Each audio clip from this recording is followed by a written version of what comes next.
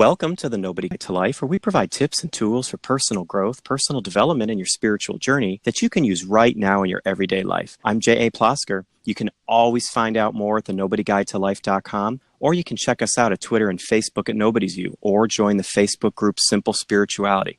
Thank you for joining us. So many times people tell us to do what we love.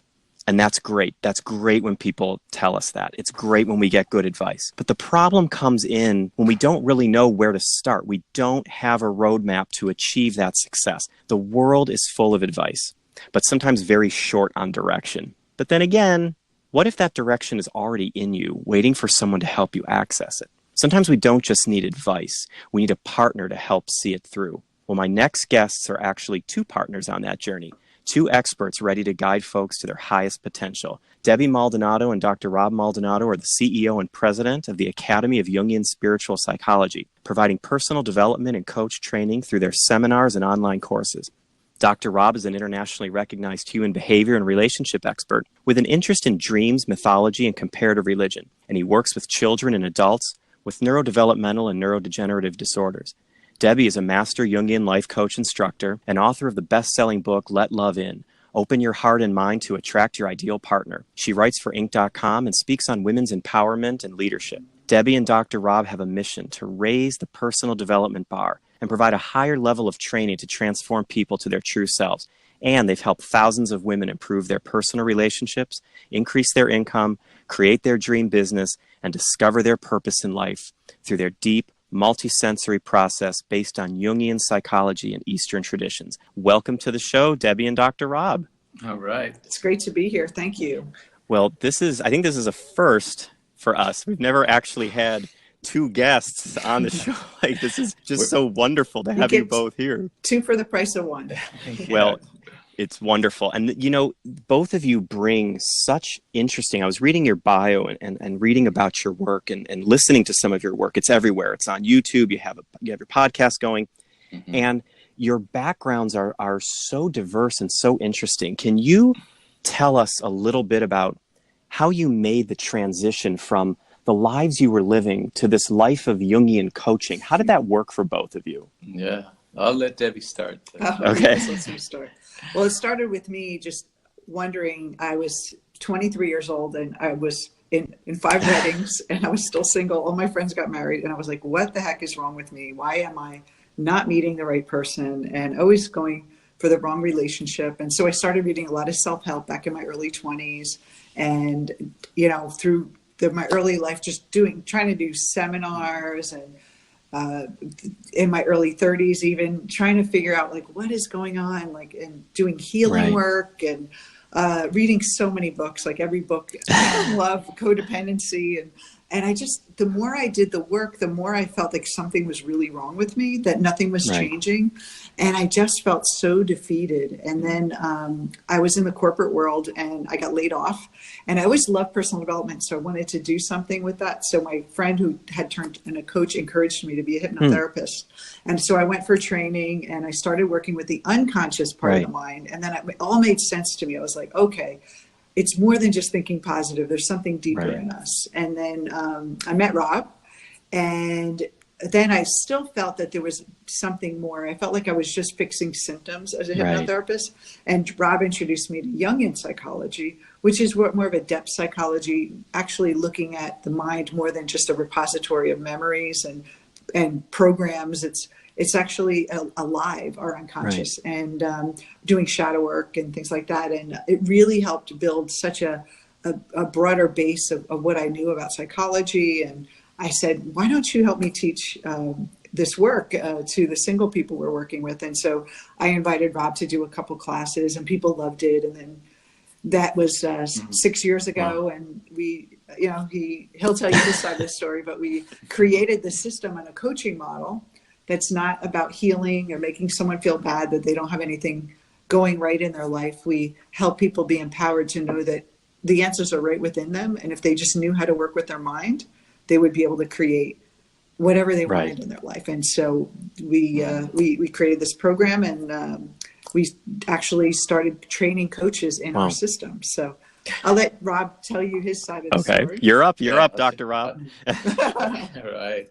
Well, I let her hypnotize me, so I think that's where it all began for me. No, I come from a Latin culture, so I was used to thinking about dreams and the psyche in a different way. Kind of, I always felt it was alive.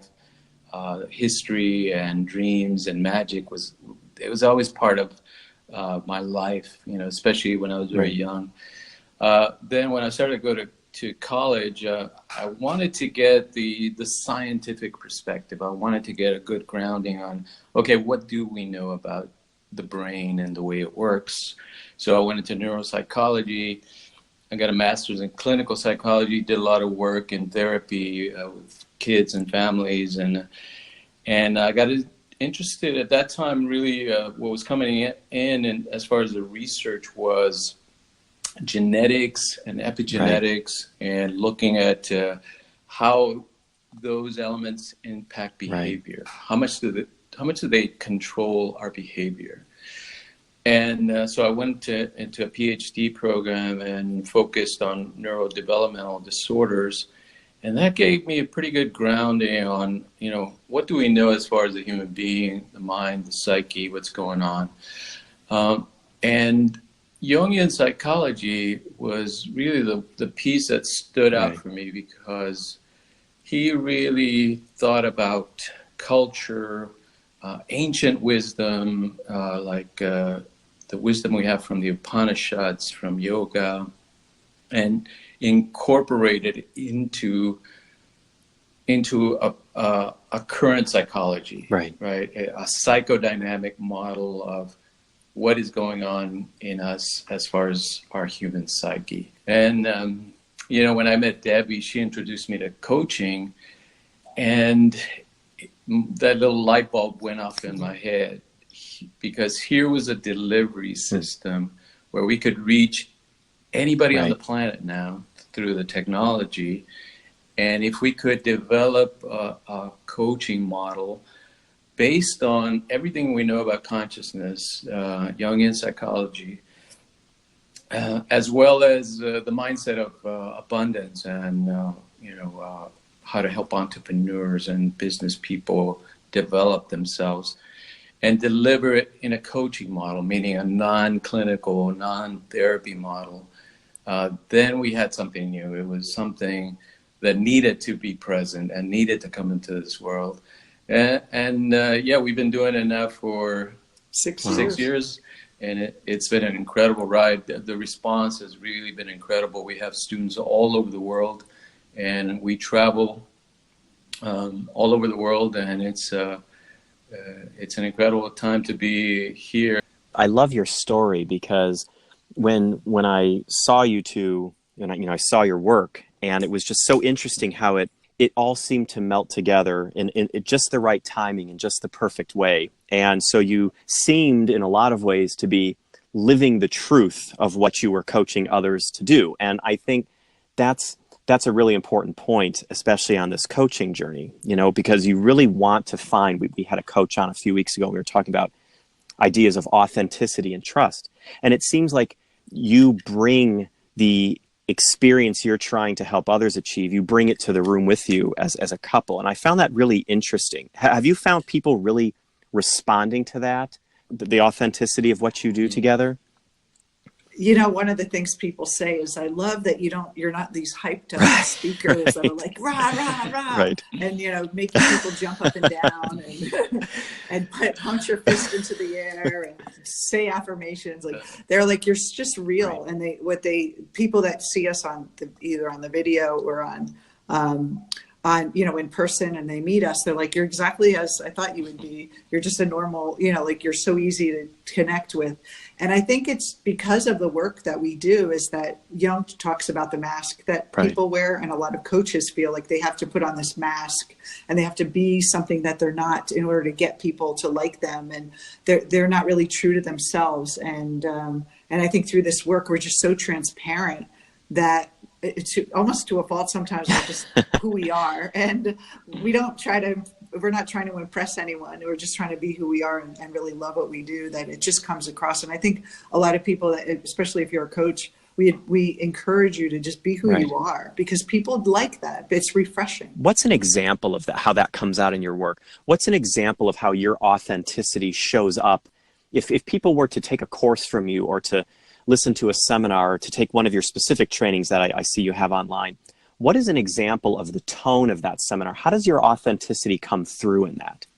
Well, for me, I talk about I joke around about my Right. past, and I'm very transparent about the things that happened, even recently, things I've learned. And I just kind of a down to earth type of way of communicating. I know Jungian psychology can be a little highbrow. If you went to, a lot of our clients will go to like the Jungian Center and be like, oh my God, they're speaking this very dry academic language.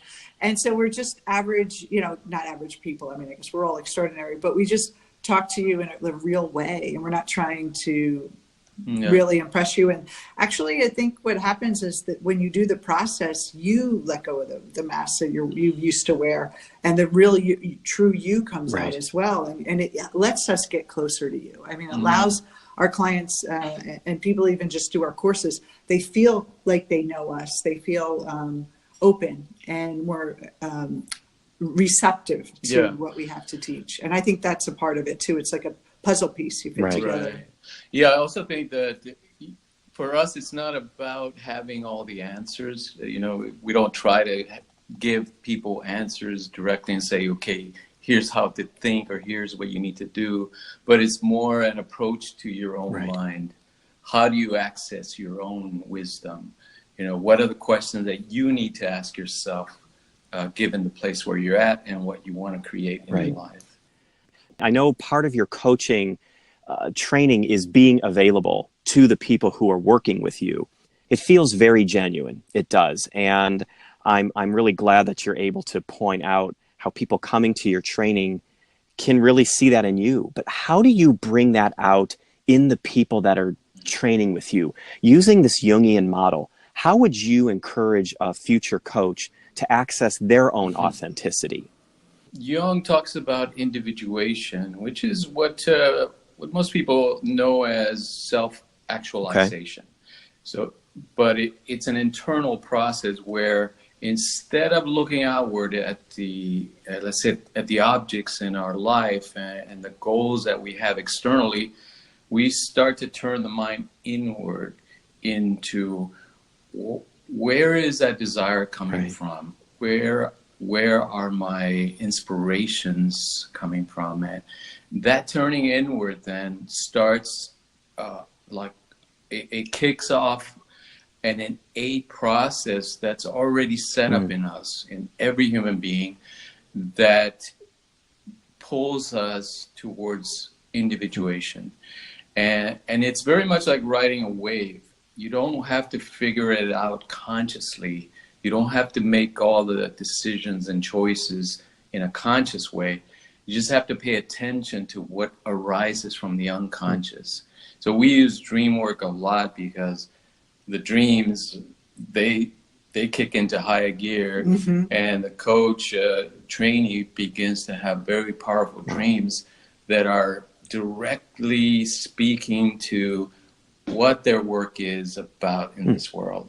What is their purpose? What is their higher purpose? And when we talk about the mask, the persona, as Jung called it, most of us don't even realize that we have a persona, that we think we're who we are and our history, and we've lived our whole life trying to protect that identity, and so we build up walls against other people and not allowing us to get close to people, projecting our things that we reject about ourselves on other people, and we don't realize we're doing it. And what happens when we have people do the shadow work, that's the initial step, is to see what's in their personal unconscious that they are pushing away, they're rejecting about themselves, that's causing a lot of like obstacles in their life. They start to really, it's a deeper, like someone asked us today on one of our podcasts or on a Facebook group about self-love. And a lot of people think self-love is like loving the personality. But we're saying a full acceptance of every part of us. Like we are angry, we get frustrated, we get jealous, we have all these emotions, and we don't need to push any of that away. It's accept that the human nature is the way it is, but that's not who we are. It's just basically who we've been conditioned to be and going deeper into who we are. And then when they realize that, we start to realize how much alike we all are. And I think the students have this bond, like they're so transparent with each other. And like, there's not a lot of crying, pounding pillows. We don't do any of that. It's very positive. It's really about letting go of that needing to fix that personality and allowing naturally the true self, which is like, I think when you think about the blank slate, I think of it as the full potential. It's everything and nothing. It's like not definable. And when you stop defining yourself with all these personality labels, you're free to be who you are meant to be. And I think that's what we've been doing with this work ourselves, which allows us to just be ourselves with people. And then I think, like the gurus, they pass the knowledge, transmit the knowledge to the student. And so people that do our programs, they kind of innately, like you said, it kicks in the process and they start to have like a softer view of themselves. They look at the world and themselves with softer eyes. Sometimes we get into this discussion of what distinguishes maybe coaching from therapy, from just a tough love session from a friend. And what you said really resonates there, because I think really what we're trying to do in this space, in this clear space of personal growth and spiritual development is create a softer eye. When we can forgive ourselves for perceived faults, whether or not they're faults, when we can forgive ourselves for a few false starts that we perceive that we've made, we are more apt to go back to the start and try again and not give up. And that's like, we opened the show talking about having a partner, an accountability partner in some ways. That's the sense that I get of what you do, is gently holding people accountable for doing this work. Yes, very much so. And it's also about giving people permission to express their own inspiration. And trust in their own ideas and their own motivations. And, it's all there already. Our mind's so incredible when you think about it. We have such power in us, such poetry, such dreams and mythology already in our minds, but we have to tune into it. We have to cultivate it, very much like a garden. We have to create the conditions for it to grow. And if we can do that, then the person blossoms of their own accord, basically, in their own nature. What does that look like? If someone were to be coached by a Jungian coach trained in your way, what would that look like to them? How would they experience this growth? And I know it's different for everybody, but what tools would you access to help them to reach that state of creativity and authenticity? Well, first of all, we have them identify like where they are, what they're really, how they define themselves, their personality. And we teach them, just the general process of that. You are not who you think you are. You're much deeper than that. And many people that come to us, they're spiritual. They have some spiritual beliefs. They understand higher self and whatever term they use, universe. And then we have them examine, and we go through what we call the first step is the shadow work. And it's the thing when we choose a personality, say we want to be kind, we want to be successful, we want to be loved. The shadow is the opposite of what we reject. So we reject being unloved. We reject being alone. We reject being mean. And then all these things that we create this personality to get, what we're doing is we're bringing the opposite with us. And so we're really having them see both sides of the coin, that you're trying to be successful, but you're bringing back with you. You're trying to be kind, but then you're suppressing this other part of yourself that's afraid to be mean, and then you end up being a pleaser. And so we see how this personality that your ego built up is good. It helps you survive, but it's not going to help you get where you want to go. And so the first thing we ask them is, who's triggered you? To name a person that triggered you. And this is a really quick 3 question that anyone can do. Think of someone who triggered you recently. Think about 3 things that you would describe that person as. So say it's someone at the Starbucks that cut in front of you. You say they were rude, they were pushy, and they were uncaring, like selfish. And then say, okay, now how do you avoid being like that person? Well, I'm nice and I'm caring and I let people, I'm considerate and all those things. Okay. Now the third question is, how does that limit your life? And then they start to see this kind of this label of caring and this label of being nice and this label of being generous is actually a Interesting. trap. Because then you can't ask for what you want sometimes because you don't want to hurt someone's feelings or come across as selfish. And so all that stuff in your shadow builds up. And then there's a lot of energy that is not being expressed because there's a part of you that wants to ask for things and wants to set your boundaries, but then there's other part of you, the conflict is, but I can't because I don't want to be mean. And so we have them, that's just an example, but we start to see what the inner conflict is that stops them from really fully expressing. It's like a lid on a boiling pot. Eventually something's going to break. And at about 30, 35, people start the individuation process, whether they like it or not. And it's time to let go of those old labels and stop being defined by those labels. Because if you think about it, what is nice is subjective. What is mean is subjective. And then these stories that we tell ourselves aren't really, or that are driving our behavior and limiting our life aren't really real. And then they start to, so it's not that you shouldn't go out and be mean, but you want to have that be a choice instead of unconsciously being driven to shut up and be quiet and not make waves. And so that's how someone starts to become more authentic, because the most inauthentic thing is to be super nice when you really don't want to, because you're afraid that someone is going to be mad at you. And so that you end up being, like a lot of women say, this angry person inside that never lets come out. And so that's how one of the processes, I mean, we start with that. That's very basic, but that's like kind of the first step. And it's very powerful. Well, I was just going to say, it sounds like, I mean, you could spend lifetimes just working on that piece. So, you know, how do you find people react to, because I think sometimes people shy away from a coaching session or a therapy session because, or even a hypnotherapy session, because they're not sure they want to face what's going to come up. It's not that they deny they have issues, because we all do. It's just this, we don't want to look in that mirror. So how do you find that people react to that exercise? You know, Jung says that that facing your shadow requires great moral courage. And I never really understood what he meant by that until I went through it myself.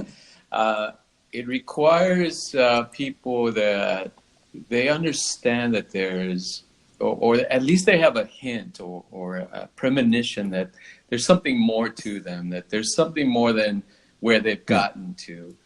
And so they trust that, okay, if you guys have some tools or some techniques that can get me there, I'm going to trust you, and I'm going to do the shadow work. Sometimes I think they come when they feel like they've tried everything and their life is still not working. And it's the urgency to either find love or get their business off the ground or start, living their purpose. They feel that kind of, they feel the traps of that, and they're willing to do whatever it takes. It's like someone who doesn't take care of their health until they get something happens, and then they're like, I'm going to take care of this now. But I think what happens is that people just have this moment where they're ready, and then they find us, and it's just kind of a beautiful thing. And a lot of times they come to us, they didn't expect to do shadow work. They're like, oh, you're helping me love, and I can have a business, I can reach my dreams. And they're like, I didn't realize how intense and deep it was, but they all say it's life-changing. I mean, it's their life has never been the same. And they're so happy about it. Their family relationships change, relationship with their parents, their children, relationship with their partners. I mean, everything starts to change when you realize what you're projecting and you're more in control of your life. It's just so the moral courage part comes in when you're ready to accept full responsibility for your life. That you can no longer blame your parents. You can't say, well, I had a bad childhood and therefore I have I give myself permission to mess up and to screw up. No, you're here, you're conscious, you have the ability to create your life. Why not do it? If you are willing to accept full responsibility for your life, you're very capable of doing it, no matter what happened in your past. And that acceptance is transformative. It really gives you, it puts the power back in your mind, in your consciousness, to where you're not externalizing it anymore. You're not projecting it and saying, if only that hadn't happened to me, if only I had a better boss, if only I could find a better job, whatever, you're projecting. The economy Right. was better. Yeah, it goes away. Now you have the power to create your Right. life. And it's a type of rebirth. It's a type of, a new way of seeing the world and perceiving. Right. And I'm sure, that can be pretty scary. I mean, we, on this show, we talk about tips and tools to get you started to reinvigorate that path. And they can lead to some pretty intense places. Even doing something as small as committing to a meditation practice for 5 minutes a day, it can open up worlds. And it sounds like the advantage of working with a Jungian trained coach is that when these dreams come up, when these feelings come up, you can really do a deep dive into how they relate to your circumstances now and how they define your narrative. And it sounds to me like what you're saying is you can really change your narrative if you have the courage. Yes, that's it. And another thing too with the dreams is that you'll find that the dream work, it's like your unconscious is creative. It's not this like kind of repository of just thoughts and beliefs and your kid reprogram. It's actually very creative. So it's actually helping you. And the more you pay attention to your dreams, even if this is a great tip, if you remember your dreams, write them down and just read them. You might not know what they mean, but it does something. Jung said that if you just even read them, it changes your dynamic of your psyche and it opens it up. Wow. So the dream really is like, we have these presenting dreams our clients have of like crossing over an ocean and, going on a journey. And it's like the mind is going, yes, let's go. Well, I'm ready. I've been sitting here waiting for you to get out of that rut and really live. And then your inner world becomes so rich that you're not grasping for every little sense pleasure in the external world, and you're really fully living. And that's why I think the miracle of this work is it's not just to get to a certain point, it's the experience of your own mind. And it's just profound. People wake up in their dreams now and they'll be interpreting their dreams while they're still sleeping. They'll have these amazing experiences. And it's not that we're doing anything magical to them. It's what Rob said. We're born to do this. We're meant to do this. We're all have the mechanisms in our mind to do this. So it doesn't feel like heavy work. We don't have them like write down goals and, journal a lot. It's more about being more aware of their own self. It's really powerful. How are you bringing this together? You have a new program called Her Hidden Power. So what is that? How do you bring this work now and focus it on that program? Well, Her Hidden Power is actually a free course. It's a 3-video course that we did earlier this year. And it basically takes you through the first steps of you have something you want in your life, and we teach you how to hold a vision. I mean, some of it's pretty basic, but the way we teach it is a little different.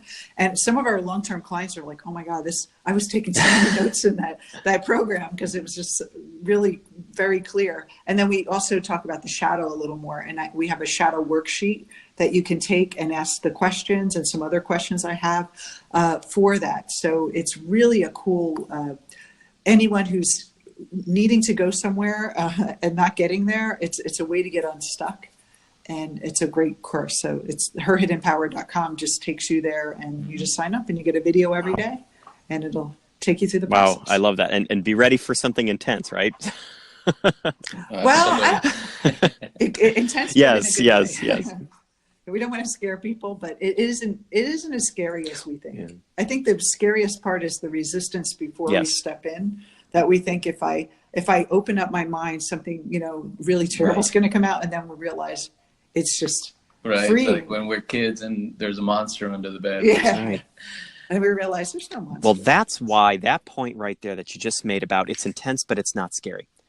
That's the point. And for all my listeners out there, here it is. That's the reason why I ask this next question of all my guests, because I always ask, what's a tip or tool you can share with our listeners to help them on their path of personal and spiritual growth? And I ask that question because I want people to know that no matter who we are, no matter where we come from, there's always one simple thing we can do. And if you take that one small step, it's less scary. And So I really am interested to know from each of you, what's one tip or tool besides the dream journal, which is a fantastic idea, by the way. What's something that you can provide to us that we can use right when this podcast is over to help us grow? I would say one of the main ideas that helped me in the beginning was this idea that the world, the way I am experiencing it as an individual, is a reflection of my own psyche. That idea, and be free or feel free to question it, to test it, but just, move towards it, open it up and ask yourself, well, what does this mean? That everything around me is reflecting my own mind. It kind of puts that big question mark right at the center of my awareness, and it starts that inner examination, right? Like Socrates said, the unexamined life is not worth living, and that's what we have to do. We have to examine, how did I get here? What am I really doing in this thing called life? And taking that 100% responsibility. Right. And that's the nobody concept of who would I be if I wasn't so sure who I was? Who could I actually be? That's a really powerful tip. Just seeing the world as a mirror is how we say it on this show, but it's so powerful when you say it like that. And Debbie, do you have a tip for people? Yes. I believe, and I'm sure you do too, that we are born of unlimited potential. We can do whatever we want. We can have whatever we want. And the only thing, like Rob said, what you see in the world is what your mind believes is your limitation.